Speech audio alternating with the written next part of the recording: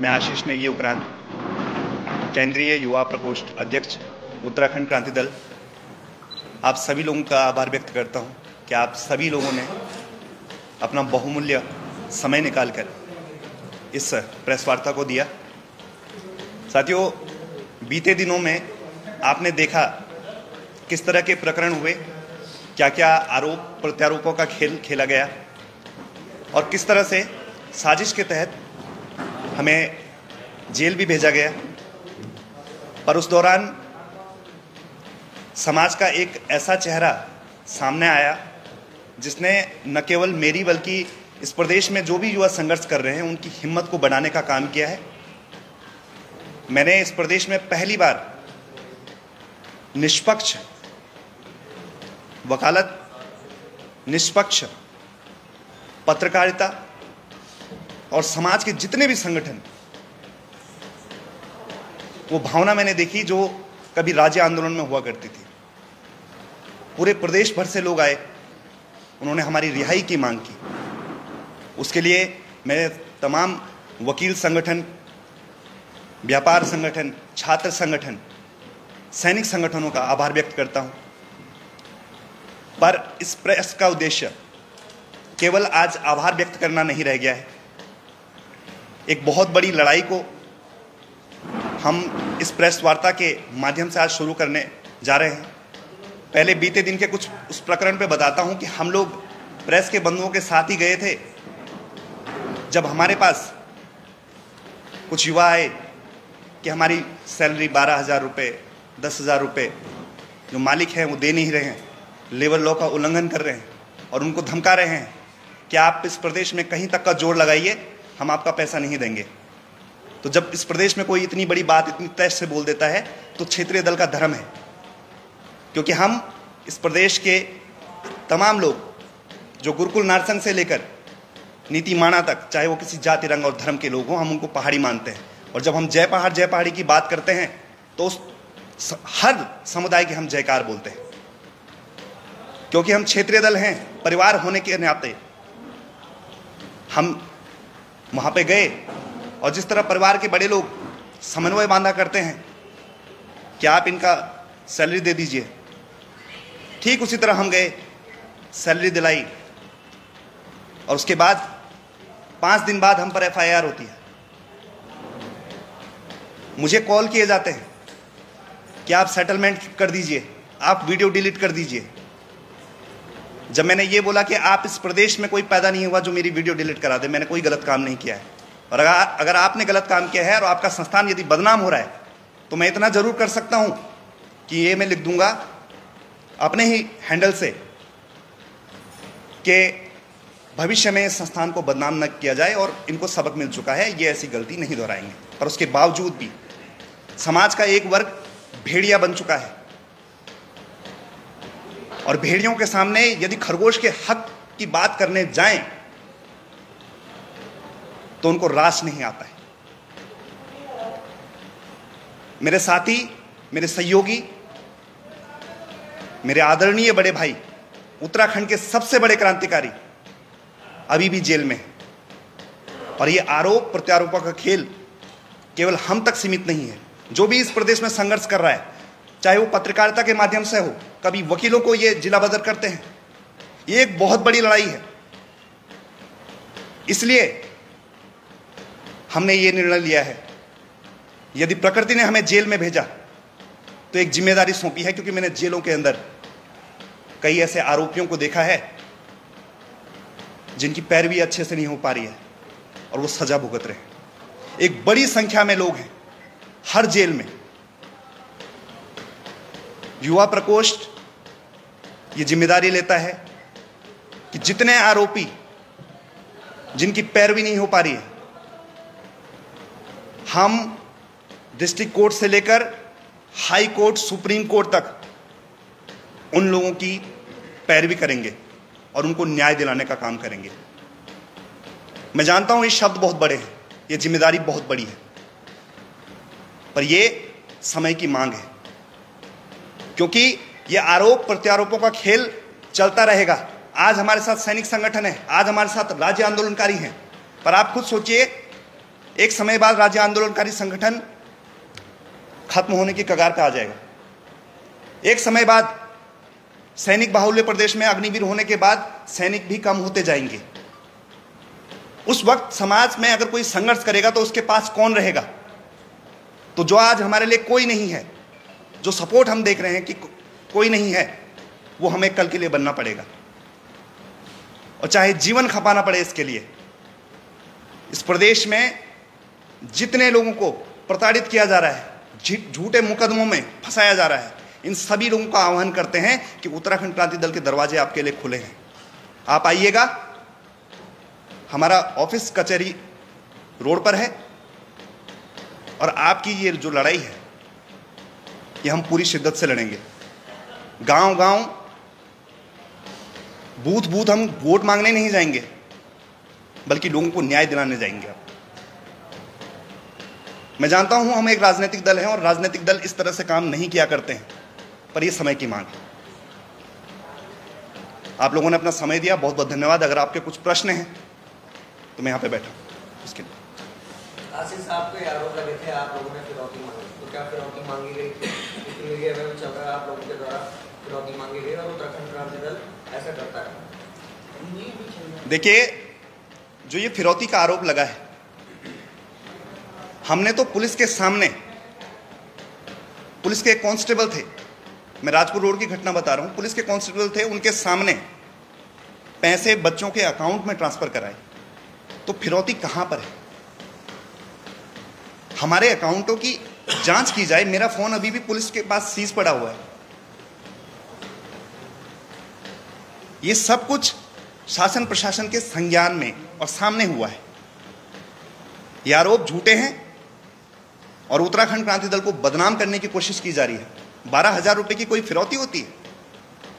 1,07,000 की कोई फिरौती होती है? जब वो 6 लड़कों के वो तनख्वाह थी हमने दिलाई, और भविष्य में भी हम ये कह रहे हैं, हम हर जगह तो नहीं जा सकते, हम साथ में लेबर ऑफिसर्स को, लेबर कमिश्नर को और एक जो हमारे वकील होंगे उनके साथ मिलकर ये लड़ाई लड़ेंगे, क्योंकि हमें भी इस तरह के आरोपों से बचना होगा, क्योंकि ये हमारी जो राजनीतिक लड़ाई है इसको कहीं ना कहीं पीछे धकेल रही।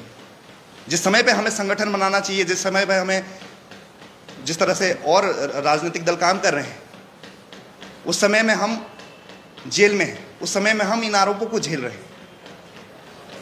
आशीष, एक बड़ी आस उत्तराखंड की युवाओं पर टिकी है, और उसमें एक चेहरा आशीष नेगी का भी निकल करके आया है सामने। इस पूरे जो सिनेरियो ये हुआ है, कि जो घटनाएं हुई हैं, इस घटना पर लोगों की बहुत गहरी नजर थी और उसका आपको समर्थन भी मिला। क्या विश्वास दिला पाएंगे उत्तराखंड के लोगों को कि उत्तराखंड क्रांति दल आज भी जिंदा है और वो आपके अधिकारों की रक्षा? मैं पहले एक बात बोलूंगा कि आशीष नेगी कुछ नहीं है और आशीष नेगी कोई नहीं। मेरी एक विचारधारा है, मेरा एक झंडा है और मेरा उसके आगे समर्पण है। जिस उम्र में लोग करियर बनाते हैं, पैसा कमाते हैं, घर चलाते हैं, उस उम्र में हमने ये समर्पण कर रखा है। और ठीक उसी तरह मैं अपने आप को जिंदा शहीद मानता हूं कि इस प्रदेश के लिए कल अगर मुझे पिंडदान भी कराना पड़े अपने हाथों से, तो मैं उसके लिए भी तैयार हूं। उक्रांत के संगठन पे सवाल उठे, नेताओं पे सवाल उठे, पर इसमें हमारे झंडे का कोई कसूर नहीं था। कोई अगर महत्वाकांक्षी निकलता है तो उसमें झंडे का कोई कसूर नहीं, विचारधारा का कोई कसूर नहीं। ये महत्वाकांक्षा कल आशीष नेगी की नहीं जागेगी, ये विश्वास कैसे दिलाएंगे उत्तराखंड? ये तो देखिए समय तय करेगा। मैं तो शब्द बोल सकता हूं, विश्वास जनता ने दिखाया है, आगे भी दिखाएगी। हम वो लोग हैं जो अपनी महत्वाकांक्षाओं को जलाकर बैठे हैं। मुझे अकेला इस प्रदेश में युवाओं का चेहरा नहीं बनना है, मुझे हजारों युवा चाहिए जो इस प्रदेश का भला कर सकें, जो इस प्रदेश की परिकल्पना थी, जो 1992 का ब्लूप्रिंट था, उस दिशा में हम जा सकें। और मेरे साथ तमाम युवा आप देख रहे हैं, इन सब में नेतृत्व है। जो और आएंगे, जो और संघर्ष कर रहे हैं, जितने लोग सड़कों पर थे, वो कोई आम भीड़ नहीं थी, कोई आम जनमानस नहीं था। जब मैं देख रहा था मुख्यमंत्री आवास जब कूच हुआ, वो नेता थे सब, उन सब के अंदर नेतृत्व था, उन सब के अंदर मैंने अपने आप को देखा। आशीष, क्या जिम्मेवारी इस समय और बढ़ गई है? क्योंकि बहुत सारे के लोग हैं, जिस तरह आप कह रहे हैं कि अगर आपके साथ अन्याय हुआ है, आपका पैसा कोई मार गया है, ऐसे लोगों की भरमार हो जाएगी आपके पास में, इतने फोन आ जाएंगे, लेकिन उस समय आपको बच के भी चलना पड़ेगा कि जिस तरह की ये घटनाएं हुई है, 2 मुकदमे हुए हैं, एक मुकदमे में बेल मिल गई थी, एक मुकदमा और आपके ऊपर लाद दिया गया रायपुर वाला, तो उसकी तैयारी को लेकर आप कैसे तैयारी कर रहे हैं? क्योंकि वो भी आएंगी चीजें। देखिए, उसके लिए मेरा परिवार है, उसके लिए मेरे उपरांत परिवार है, जो हमारे बड़े हैं। एक समिति का हम गठन करेंगे कि अगर युवा फ्रंट पे लड़ेंगे तो पीछे से सपोर्ट कौन करेगा, रणनीति कौन बनाएगा। ये जो संस्थान हैं जो लेबर लॉज का उल्लंघन कर रहे हैं, इनकी कमियां कहां कहां हैं वो कौन निकालेगा। और वो नहीं, पुलिस का रवैया हमारे लिए बहुत सम्मानजनक था। मुझे ये सम्मान देख के अच्छा भी लगा कि वास्तव में क्षेत्रीय दल के अगर नेता समाज के लिए लड़ते हैं तो हमारे साथ कोई भी अभद्र व्यवहार नहीं किया गया, ना ही कोशिश की गई, ना ही जेल में कहीं पे भी मुझे ऐसा नहीं लगा कि पुलिस का रवैया कुछ। मैं साफ सीधा देख पा रहा था कि सरकारी कुछ एक तंत्र है, एक विशेष समाज है।